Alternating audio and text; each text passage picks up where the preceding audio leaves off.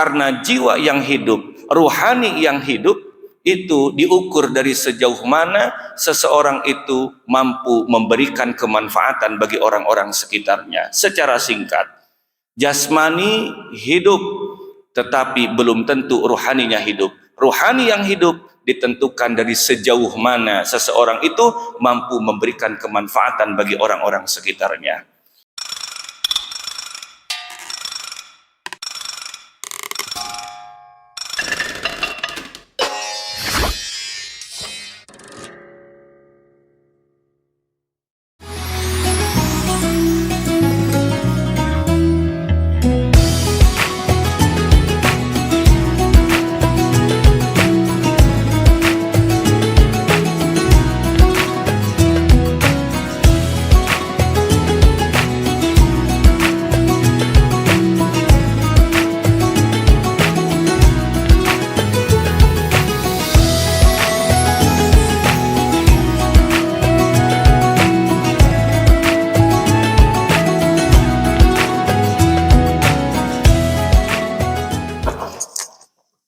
أشهد أن لا إله إلا الله وحده لا شريك له منزل القرآن وأشهد أن سيدنا ونبينا محمدا عبده ورسوله صاحب المعجزات والقرآن. اللهم صل وسلم وبارك على سيدنا ومولانا محمد صلى الله عليه وسلم الذي كان خلقه القرآن وعلى آله وصحبه الذين تمسكوا بالسنة والقرآن. سبحانك لا علم لنا إلا ما علمتنا إنك أنت العليم الحكيم. رب اشرح لي صدري ويسر لي أمري واحلل عقدة من لساني يفقه قولي واجعل لي وزيرا من أهلي. أما بعد، Hadratal muhtaramin wal muhtaramat, para alimil ulama, para masyayikh, para asatidah, hadirin hadirat kaum muslimin wal muslimat, jamaah Masjid Agung Sumedang yang dimuliakan oleh Allah Subhanahu wa taala. Alhamdulillahi rabbil alamin. Puji syukur kehadirat Allah Subhanahu wa taala, pada kesempatan kali ini kita bisa berkumpul dalam rangka bersilaturahmi, bertolabul ilmi setelah melaksanakan sholat subuh berjamaah, yang mana semoga hadirnya kita pada kesempatan kali ini menjadi wasilah sababiyah Allah Subhanahu wa taala melimpahkan rahmat maghfirahnya kepada kita semuanya. Amin ya Allah ya rabbal alamin. Salawat dan salam semoga tetap terhaturkan kepada panutan alam Nabi Agung Muhammad sallallahu alaihi wasallam. Semoga kita semuanya mendapatkan syafaat pertolongan dari beliau kelak di yaumil qiyamah. Amin ya Allah ya rabbal alamin. Hadirin hadirat yang dimuliakan oleh Allah Subhanahu wa taala, terlebih dahulu mari kita bersama membaca suratul Fatihah, yang mana keberkahan bacaan suratul Fatihah ini bersama kita khususkan untuk keluarga kita, orang tua kita, guru-guru kita yang telah meninggal dunia. Semoga Allah Subhanahu wa taala menerima iman dan Islamnya, mengampuni semua salah dan dosanya, menempatkan mereka semua di tempat yang terbaik di sisi Allah Subhanahu wa taala.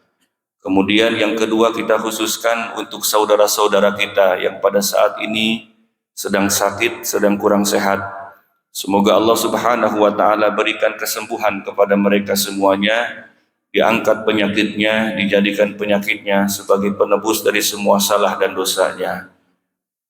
Kemudian yang selanjutnya untuk kita yang hadir pada kesempatan kali ini khususnya, semoga Allah limpahkan kesehatan lahir dan batin kepada kita semuanya. Apa yang menjadi keinginan kita, hajat kita diijabah oleh Allah Subhanahu wa taala, utamanya senantiasa berada dalam lindungan naungan ridhonya Allah Subhanahu wa taala. Allah jadikan keluarga kita keluarga yang barakah, maslahat, manfaat dunia sampai akhirat. Allah jadikan keturunan kita juga keturunan yang soleh solihah, yang bisa memberikan manfaat untuk kedua orang tuanya keluarganya, juga masyarakat di sekitarnya. Ala hadhihi niyyah wa ala kulli niyyatin salihah. Al-Fatihah. A'udzu billahi minasyaitonir rajim. Bismillahirrahmanirrahim. Alhamdulillahi rabbil alamin arrahmanir rahim maliki yaumiddin. Iyyaka na'budu wa iyyaka nasta'in. Shiratal mustaqim. Shiratal ladzina an'amta 'alaihim ghairil maghdubi 'alaihim waladdallin. Hadirin hadirat yang dimuliakan oleh Allah Subhanahu wa taala. Seluruh syariat-syariat agama yang diperintahkan oleh Allah Subhanahu wa taala kepada kita semuanya bertujuan untuk mengarahkan, untuk membentuk dan mewujudkan masing-masing dari kita ini menjadi manusia-manusia yang baik, manusia-manusia yang bermanfaat dan bisa menyebarkan kebaikan dan kemanfaatan tersebut. Salat yang diperintahkan kepada kita, puasa yang diperintahkan kepada kita, mengaji Al-Quran, zakat, dan lain sebagainya, semuanya muaranya adalah mengantarkan, mengarahkan kepada kita semuanya supaya memiliki kebaikan dan kemanfaatan yang pada tahap selanjutnya kebaikan dan kemanfaatan ini bisa disebarkan di sekitar kita. Itulah mengapa pondasi kehidupan kita itu disebut di dalam Al-Quran dan sekian banyak hadis-hadis dengan istilah yang namanya umur. Umur itu secara singkat memiliki makna yang pondasinya adalah asas kemanfaatan. Umur itu adalah asas kemanfaatan. Akan tetapi nampaknya sangat banyak di antara kita semuanya yang mungkin saja secara usia itu sudah mencapai usia 40 tahun, 50 tahun, 60 tahun, tetapi umurnya belum sampai pada 40 tahun, 50 tahun, 60 tahun. Artinya ketika ada orang bertanya berapa umur kita, maka sejatinya orang tersebut sedang bertanya, sudah sejauh mana kebaikan dan kemanfaatan yang sudah kita sebar di sekitar kita. Dan tidak sedikit ketika menjawab pertanyaan ini secara pede, kita itu menjawabnya sesuai dengan usia kita. Padahal usia berbeda dengan umur. Usia adalah perhitungan berdasarkan peredaran matahari ataupun bulan. Sedangkan umur adalah asas manfaat di dalam perhitungan tersebut. Karena bisa jadi seseorang usianya 40 tahun tapi umurnya baru seminggu. Bisa jadi seseorang usianya 50 tahun tapi umurnya baru 1 bulan. Dan bisa jadi ada di antara kita yang antara usia dan umurnya sama perhitungannya. Oleh sebab itu maka kebaikan, kemanfaatan ini menjadi tolak ukur kesuksesan kehidupan seorang manusia di dunia ini, yang akan mengantarkan kebaikan dan kemanfaatan orang tersebut kelak di akhirat menghadap Allah Subhanahu wa taala. Hadirin hadirat yang dimuliakan oleh Allah Subhanahu wa taala. Kebaikan dan kemanfaatan ini tidak serta-merta akan dapat diwujudkan, akan dapat dengan mudah dilakukan apabila kita semuanya tidak mengenal terhadap diri kita berikut apa-apa yang ada di dalam diri kita. Karena kebaikan dan kemanfaatan itu terikat kuat dengan unsur-unsur yang ada di dalam diri seorang manusia. Artinya seseorang ketika mampu memahami dan mengenal unsur-unsur yang ada di dalam dirinya, kemudian dari pengenalan itu mampu mengarahkannya, maka kebaikan kemanfaatan akan dimiliki. Kalau sudah memiliki kebaikan dan kemanfaatan, tentu akan dapat memberikan dan menyebarkannya. Karena wajar orang yang punya beras memberikan beras, orang yang punya jagung memberikan jagung. tetapi nampaknya akan sulit bagi orang yang menginginkan memberi beras tetapi tidak punya beras. Akan sulit nampaknya memberikan jagung dari orang yang tidak punya jagung. Maka untuk dapat menyebarkan dan memberikan kebaikan dan kemanfaatan, maka terlebih dahulu diri kita harus punya kebaikan dan kemanfaatan yang dimaksud. Hadirin hadirat yang dimuliakan oleh Allah Subhanahu wa taala. Dari kerangka itulah kemudian kita sedikit akan mundur tentang bagaimana unsur-unsur yang ada di dalam diri manusia yang berkaitan erat dari bagaimana manusia itu bisa berbuat baik ataukah tidak, bisa berbuat manfaat ataukah tidak. Masing-masing dari diri seorang manusia itu memiliki dua unsur yang tidak terpisahkan dan juga harus mendapatkan perhatian yang seimbang, proporsional. Dua unsur yang ada di dalam diri manusia. Yang pertama ada yang namanya raga. Kemudian yang kedua ada yang namanya jiwa. Di dalam diri seorang manusia ada dua unsur. Yang pertama ada yang namanya jasmani. Kemudian yang kedua ada yang namanya ruhani. Dua unsur ini harus mendapatkan perhatian yang sama dari kita semuanya, supaya bisa mewujudkan kebaikan dan kemanfaatan yang tadi dimaksudkan. Akan tetapi sedikit sekali di antara kita semuanya yang memberikan perhatian secara seimbang kepada dua hal ini. Bahkan sedikit sekali di antara kita semuanya yang nampaknya memperhatikan kebutuhan dari jiwa dan raga, bahkan jasmani, ruhani, bukan hanya kepada diri kita, tetapi mungkin saja kepada anak-anak kita. Sehingga ketika seseorang tidak bisa memberikan perhatian yang sama, seimbang terhadap dua hal ini, nampaknya sekali lagi, kebaikan, kemanfaatan akan sulit untuk bisa diwujudkan oleh diri kita. Jika yang namanya raga ataupun jasmani membutuhkan makanan-makanan bergizi untuk mengenyangkannya, maka yang namanya ruhani ataupun jiwa pun membutuhkan yang namanya makanan bergizi untuk mengenyangkannya. Meskipun makanan bergizi yang dimaksud di sini adalah lain bentuknya.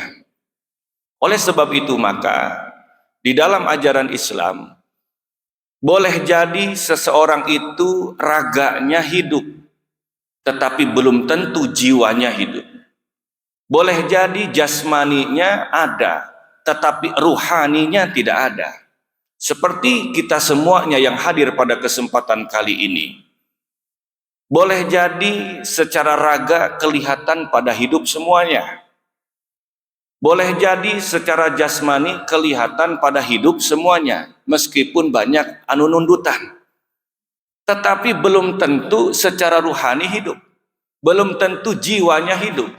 Karena jiwa yang hidup, ruhani yang hidup, itu diukur dari sejauh mana seseorang itu mampu memberikan kemanfaatan bagi orang-orang sekitarnya. Secara singkat, jasmani hidup, tetapi belum tentu ruhaninya hidup. Ruhani yang hidup ditentukan dari sejauh mana seseorang itu mampu memberikan kemanfaatan bagi orang-orang sekitarnya. Dari sinilah kemudian Allah Subhanahu wa taala menggambarkan ruhani seorang manusia dengan penggambaran ibarat sebatang pohon melalui surat Ibrahim ayat 24 sampai dengan 28. A'udzu billahi minasyaitonir rajim. Bismillahirrahmanirrahim. Alam taro kaifa daraballahu masalan kalimatan thayyibah kasyajaratin thayyibatin asluha sabitun wa far'uha fis sama.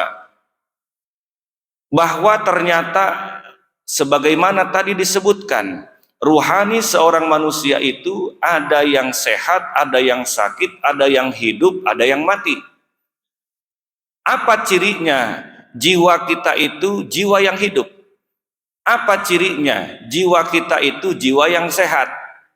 Cirinya adalah tu'ti ukulaha kullahinin biizni rabbiha di ayat 25-nya. Wa yadribullahu al-amsala lin-nasi la'allahum yatadzakkarun. Disebut sebagai ruhani yang hidup manakala seperti sebatang pohon yang mampu menghasilkan buah. Ruhani itu ibarat sebatang pohon. Pohon juga sama. Ada yang hidup, ada yang mati. Ada yang sehat dan juga ada yang sakit. Pohon yang hidup, pohon yang sehat dilihat dari sejauh mana mampu menghasilkan buah. Tetapi ketika ada pohon tidak mampu menghasilkan buah, maka itu artinya bisa disebut pohon itu adalah pohon yang mati atau mungkin pohon itu sakit. Nah, kemanfaatan yang dimaksud di sini adalah tentunya kemanfaatan untuk orang-orang sekitar kita. Karena ibarat sebuah buah ya, ibarat buah itu adalah satu isyarat yang menggambarkan yang namanya buah itu manfaatnya akan bisa dinikmati oleh sesuatu yang di luar pohon itu. Bukan kemanfaatannya dinikmati untuk pohon itu sendiri. Bapak, ibu punya pohon pisang. Maka ketika memanen pisang, pisangnya itu untuk kita yang ada di luar pohon, bukan untuk pohon pisang itu sendiri. Sehingga ketika Allah menggambarkan bahwa ruhani seseorang itu ibarat pohon, dan sedangkan yang namanya ruhani hidup itu adalah yang mampu menghasilkan buah, maka ketika kita tempelkan, ketika kita masukkan ke dalam diri kita, ruhani seseorang bisa disebut ruhani yang hidup manakala mampu menghasilkan kemanfaatan, dan kemanfaatan ini tentunya adalah kemanfaatan untuk orang lain. Mengapa untuk orang lain? Karena jika kemanfaatannya adalah untuk orang lain, sudah barang tentu akan manfaat untuk diri kita. Tetapi ketika kemanfaatannya hanya untuk diri kita, belum tentu kemanfaatan itu untuk orang lain. Nah, dari sinilah kemudian penggambaran dari Allah Subhanahu wa ta'ala. Maka pertanyaannya, bagaimana caranya untuk dapat menghidupkan ruhani yang ada di dalam diri kita? Maka pertanyaan ini kita lemparkan dengan penggambaran yang sama berupa sebuah pertanyaan. Bagaimana cara kita untuk menghidupkan sebuah pohon? Tentunya jawabannya adalah dengan cara menyirami pohon tersebut. Jika pohon memerlukan siraman dari air yang sesungguhnya, maka ruhani kita pun, ruhani seorang manusia pun membutuhkan siraman dari air. Tetapi air yang dimaksud adalah air-air spiritual, air-air agama, air-air syariat, yang dari air ini akan mengokohkan akar yang ada di pohon tersebut, kemudian menumbuhkan batangnya sehingga kuat dan tinggi menjulang ke langit, yang dari situlah kemudian akan menghadirkan buah-buah amal salih, buah-buah kebaikan, dan buah-buah kemanfaatan. Apa air spiritual yang dimaksud? Ya tiada lain adalah seluruh syariat-syariat agama yang diperintahkan oleh Allah Subhanahu wa ta'ala kepada diri kita. Kalau boleh digambarkan ataupun diibaratkan, salat yang kita laksanakan ibarat seperti air. Puasa yang kita laksanakan ibarat seperti air. Zakat yang kita laksanakan ibarat seperti air. Mengaji Al-Quran yang kita laksanakan seperti air. Berikut zikir-zikir dan lain sebagainya. Semua syariat-syariat agama yang diperintahkan oleh Allah Subhanahu wa ta'ala sejatinya itu adalah ibarat air spiritual yang kemudian akan menghidupkan rohani kita semuanya. Itulah mengapa bulan suci Ramadan ini menjadi satu bulan yang sangat istimewa dan spesial bagi kita semuanya. Oleh sebab apa? Oleh sebab sekian banyak syariat-syariat agama tersedia di bulan suci Ramadan ini. Untuk kemudian dari syariat-syariat yang tersedia ini, ibadah-ibadah yang tersedia di bulan suci Ramadan ini adalah ibarat air spiritual yang kemudian akan kembali menyegarkan ruhani kita yang kering, bahkan menghidupkan kembali ruhani kita yang mati, sehingga setelah bulan suci Ramadan kita menjadi manusia-manusia yang bukan hanya raganya yang hidup, tetapi jiwanya bisa hidup. Bukan hanya jasmaninya hidup, tapi ruhaninya pun akan hidup. Karena ketika kemudian ruhani ini bisa hidup, maka otomatis keimanan-keimanan, ketakwaan-ketakwaan itu akan bisa dengan mudah kita terima. Dan dari keimanan ketakwaan yang tertancap kuat di dalam rohani kita, teraplikasi dalam jasmani kita, akan menghadirkan satu perbuatan kebaikan yang dari kebaikan ini mampu kita sebarkan di masyarakat sekitar kita, di orang-orang sekitar kita, di lingkungan sekitar kita. Dari hidupnya jiwa kita ini akan kemudian mampu menghadirkan kebaikan-kebaikan yang bisa dilakukan tertampak dari raga yang ada masing-masing di dalam diri kita. Dari kebaikan yang kita miliki ini mampu disebarkan di lingkungan sekitar kita. Mengapa tadi kemudian disampaikan bahwa keimanan, bahwa ketakwaan itu tergantung dari bagaimana keadaan ruhaninya, karena memang tempat keimanan itu utamanya ada di dalam ruhani kita. Ketika seseorang itu mampu menghidupkan jiwanya, mampu menghidupkan ruhaninya, maka tentu akan mudah di dalam menjalani kehidupan, sehingga bagaimanapun kondisinya, bagaimanapun situasinya, entah itu dikala senang ataupun dikala sedih, entah itu dikala bahagia ataupun dikala susah, dia tetap akan mampu melakukan kebaikan-kebaikan, dia akan mampu melakukan kemanfaatan-kemanfaatan. Ibarat sebatang pohon yang akarnya kuat, batangnya tinggi menjulang ke langit, kemudian daunnya rindang dan mampu menghasilkan buah-buah amal saleh. Bagaimanapun situasi kondisinya, maka tetap buah itu akan bisa dihasilkan oleh pohon tersebut. Semakin tinggi, semakin kuat akarnya, semakin tinggi batangnya, maka angin yang akan menerpa pohon itu pun akan semakin besar dirasakan. Tetapi meskipun angin itu besar, asalkan akarnya kuat, batangnya tinggi menjulang ke langit, akan mampu tetap menghasilkan kemanfaatan-kemanfaatan. Ibarat contohnya sebatang pohon pisang tadi, ketika kita ingin memanennya, maka tentu ketika memanen itu tidaklah dengan cara yang menyenangkan. Lamun cek Sunda mah kudu dituar heula. Ari dituar teh berarti kedah ngangge bedog. Ari nunamina dituar ngangge bedog teh berarti dikadekeun. Ketika dikadekeun sapertos kitu, maka tentu ini adalah bentuk perilaku yang menyakitkan untuk pohon pisang tersebut. Tetapi meskipun disakiti seperti itu, yang namanya pohon tadi, pohon pisang tadi tetap akan memberikan pisangnya kepada kita. Maka manusia pun seperti itu.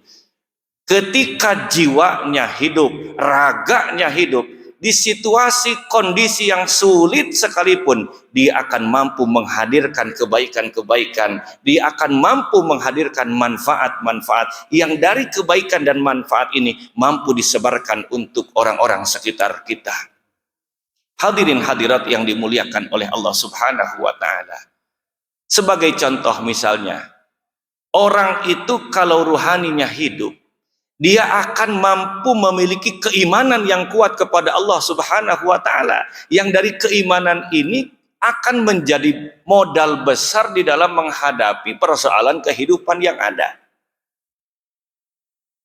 Orang yang ruhaninya hidup tidak akan mungkin dia mengatakan ketika diterpa yang namanya musibah, ketika diterpa yang namanya ujian, dia akan lantas berbicara, gening takdir Allah teh meuni kieu-kieu teuing ka abdi teh, jiga nama takdir teh salah.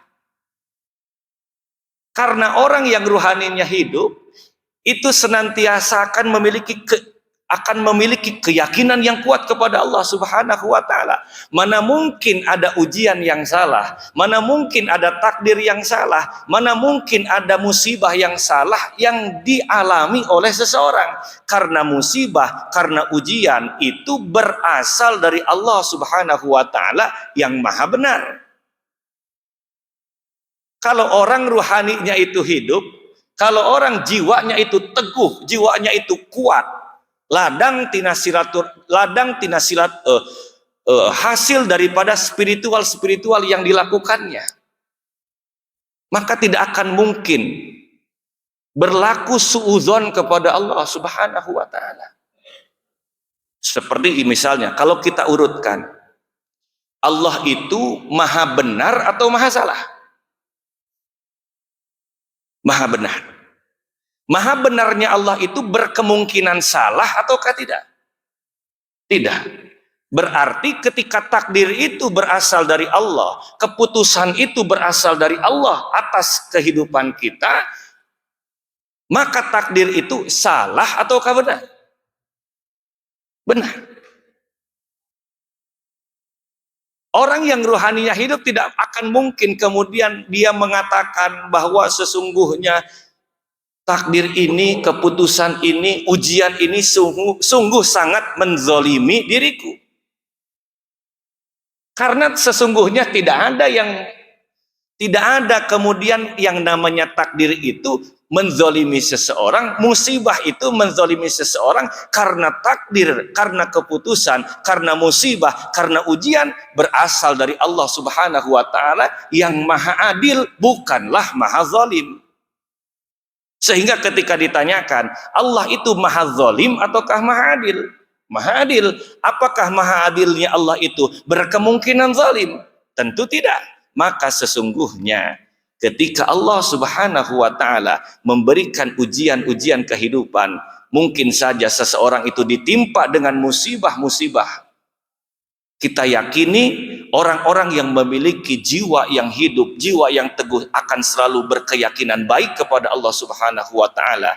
Tidak ada sedikit pun takdir yang salah, tidak ada sedikit pun ujian yang salah yang ditimpakan oleh Allah kepada manusia. Yang dari situlah kemudian akan menghadirkan kesabaran, dan dari kesabaran ini tentunya akan menghadirkan solusi-solusi dari semua persoalan yang ada. Karena apa? Karena orang yang jiwanya hidup senantiasa berhusnuzon kepada Allah Subhanahu wa taala, berprasangka baik kepada Allah Subhanahu wa taala. Sedangkan di dalam hadis qudsi disebutkan, ana inda dhanni abdi bi, aku itu sesuai dengan prasangka hambaku kepadaku. Kalau kita semuanya berprasangka baik kepada Allah, maka tentu Allah akan berikan kebaikan kepada kita. Tetapi ketika ada manusia berprasangka buruk kepada Allah, maka tentu Allah akan berikan keburukan kepada manusia tersebut. Hadirin hadirat yang dimuliakan oleh Allah Subhanahu wa taala.